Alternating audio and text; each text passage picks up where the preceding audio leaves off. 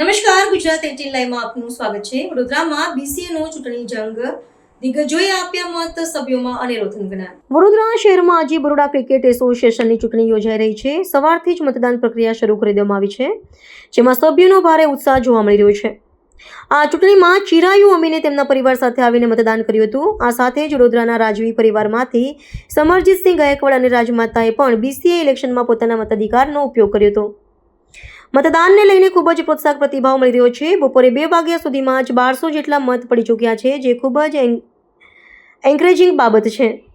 જેટલા વધારે મત પડે તેટલું સંસ્થા માટે સારું છે, કારણ કે લોકો ઉત્સાહથી પાર્ટિસિપેટ કરી રહ્યા છે અને એસોસિએશનને ફોલો કરે છે। મતદાન બાદ પ્રતિક્રિયા આપતા જણાવાયું હતું કે આજે શિવરાત્રીનો પવિત્ર દિવસ છે, એટલે ભગવાનના દર્શન કરીને આવ્યા છીએ, જેમાં ક્રિકેટ રમતી વખતે મગજ પર ભાર નથી રાખતા અને માઇન્ડ ફ્રી રાખે છીએ। તેવી જ રીતે આ ચૂંટણીને પણ ક્રિકેટની જેમ એક મોટી અપ્રોચ તરીકે જોઈને એકદમ ફ્રી માઇન્ડ રાખીને મતદાન કર્યું છે।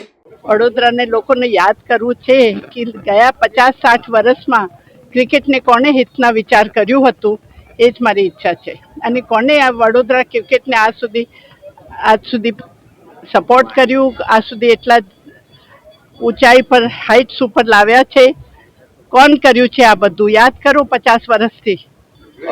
બહુ એન્કરેજિંગ છે કે આ 2 વાગ્યા સુધી 1200 મત થઈ ગયા છે ને જેટલા વધારે મત થાય એટલું અમારા સંસ્થાને એસોસિએશન માટે સારું છે કે આટલા બધા લોકો પાર્ટિસિપેટ કરે છે અને એસોસિએશનને ફોલો કરે છે રેગ્યુલરલી। એ બહુ એક એન્કરેજિંગ વાત છે એસોસિએશન માટે।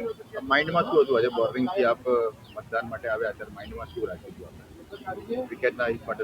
આ બહુ અમે જ્યારે ક્રિકેટ પણ રમતા હતા, જ્યારે ઇનિંગ હોય ઇમ્પોર્ટન્ટ, બહુ માઇન્ડમાં નહીં રાખવાનો, બધું માઇન્ડ ફ્રી રાખવું પડે। આજે તો અમે ભગવાન પાસે જઈ આવ્યા અને શિવરાત્રી છે, શુભ દિવસ છે અને કઈ નહીં, આ એક બીજી ક્રિકેટ ઇનિંગ જેવી આપણે મોટી ઇનિંગ અપ્રોચ કરીએ છીએ, એવી રીતે માઇન્ડને ફ્રી રાખવું પડે।